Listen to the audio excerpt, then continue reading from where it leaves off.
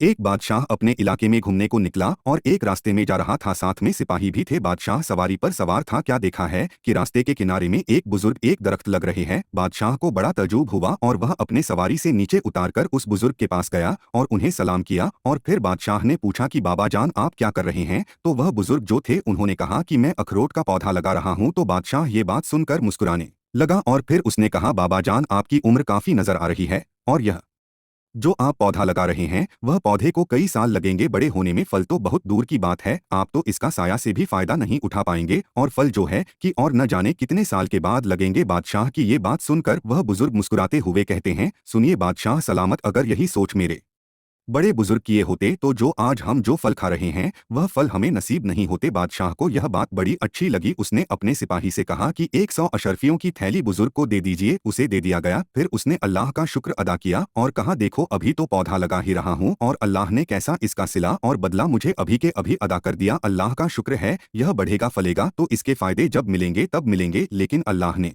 मुझे अभी के अभी अच्छी नियत की बरकत से इसका बदला दे दिया। बादशाह को यह बात और अच्छी लगी और एक अशर्फी की थैली उसने फिर उसे अदा किया और कहा कि जल्दी चलो सवारी आगे बढ़ाओ। यह बुजुर्ग जो है कि एक से बढ़कर एक मुझे बात कहते जाएंगे और मैं उनकी बात सुन सुनकर पूरी दौलत इनके ऊपर लुटा दूंगा, कहीं ऐसा ना हो जाए। लिहाजा सवारी आगे बढ़ा दी गई और बादशाह आगे बढ़ गया। हमें भी चाहिए कि जब मौका मिले कोशिश करें और पौधे लगाएं, फलदार पौधे लगाएं, इसके फायदे हमारे आने वाली नस्लों को भी मिलेंगे।